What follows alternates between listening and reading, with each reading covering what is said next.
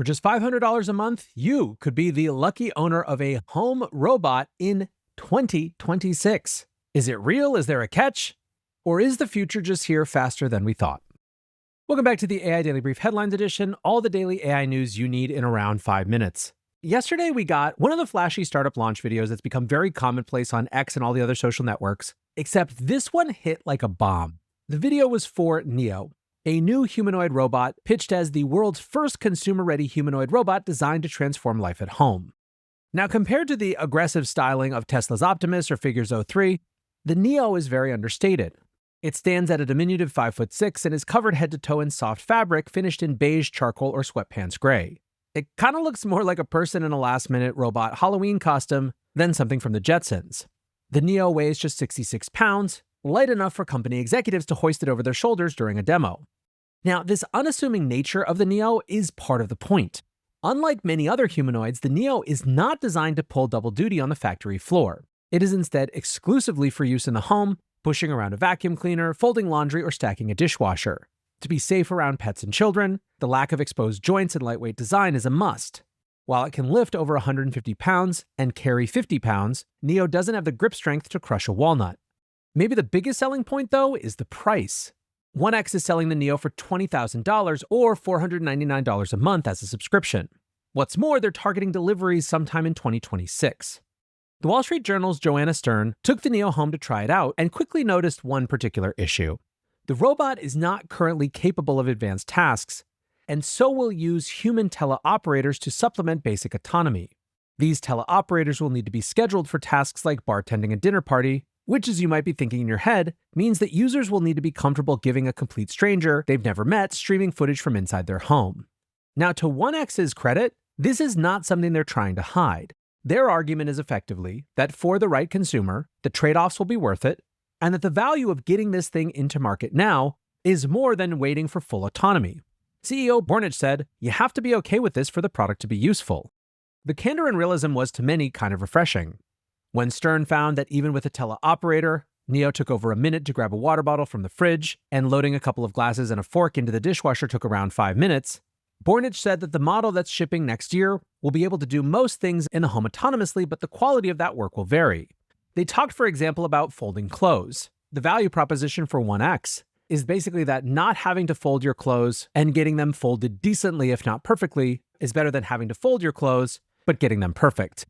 Early adopters are also explicitly buying into being a part of the training process, allowing 1X to train Neo's AI brain on their household tasks. The first part of the conversation that grabbed many people was the lower than expected cost. Luke Metro writes, $20K sticker price for the 1X Neo is insanely low. And more important than that, this is not $20,000 sometime in the future. As Harrison Kinsley put it, there's actually a buy button for Neo. Now, he wished that they had a slightly stricter timeline for when in 2026 they were going to start to be delivered. But as he said, still, there's a buy button. Some were just delighted and excited.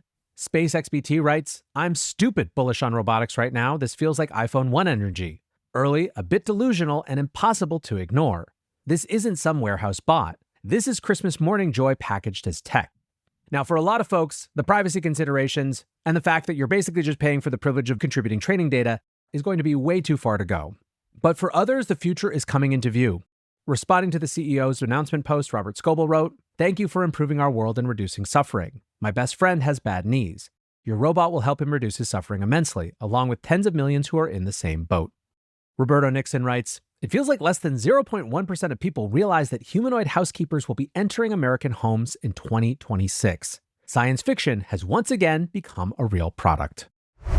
Next up, an interesting new experiment from Google Labs. The company has launched a new AI marketing tool called Pomelli.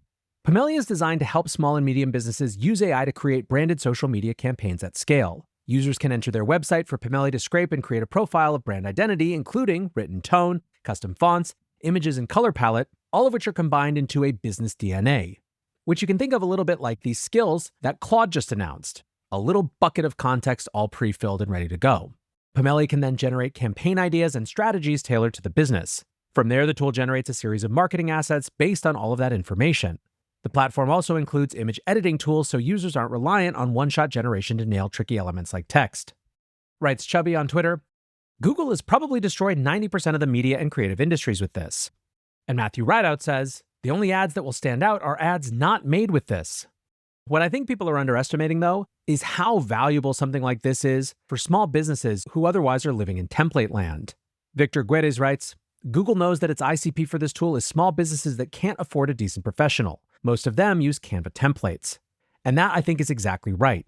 Where this is a game changer is not because it replaces someone who's using Photoshop or other tools already. It's for someone who basically didn't do marketing at all before. Lastly today, a bunch of announcements from the annual Adobe Max Design Conference. Adobe has released a new proprietary image model called Firefly 5 with higher resolution generations as well as quality improvements, particularly when rendering humans. Adobe is also bringing their range of third-party models up to date, adding Google's Nano Banana and Veo 3. As a new feature, users will be able to customize their own model by adding reference images, turning the outputs to a selected style. On the UX side, Adobe has added sidebar assistants to Photoshop and their social marketing tool Express with plans to introduce them to the entire Adobe suite.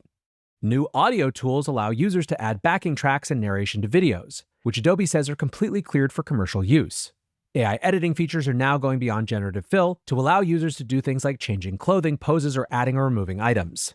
And while that feature is similar to how Nano Banana works, giving the AI the full context of an image editor gives the user more fine-grained control.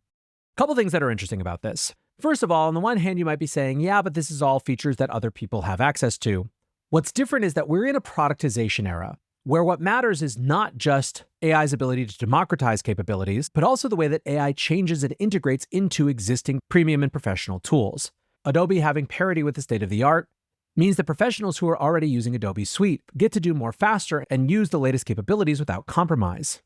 Roberto Fonseca reinforced this point. He wrote, I've spent 25 years working with Adobe tools and 15 years teaching them. I've seen a lot of hype. What Adobe showed this year actually matters, not just because of AI, but because of how they're choosing to use it. As a working editor, I want options for upscaling, cleanup, composing, not a single trust us button. That's a grown-up move. AI is there to accelerate you, not replace you, so Adobe is leaning hard into assistants that speed up the boring parts. Masking, cleanup, first-pass comps, versioning, social crops, while still letting you make pixel-level decisions in Photoshop, Premiere, Illustrator, etc. That's the difference between a tool and a toy. I have a feeling we're going to be talking a lot as the year rounds out about AI's productization era, but for now, that's going to do it for the headlines. Next up, the main episode.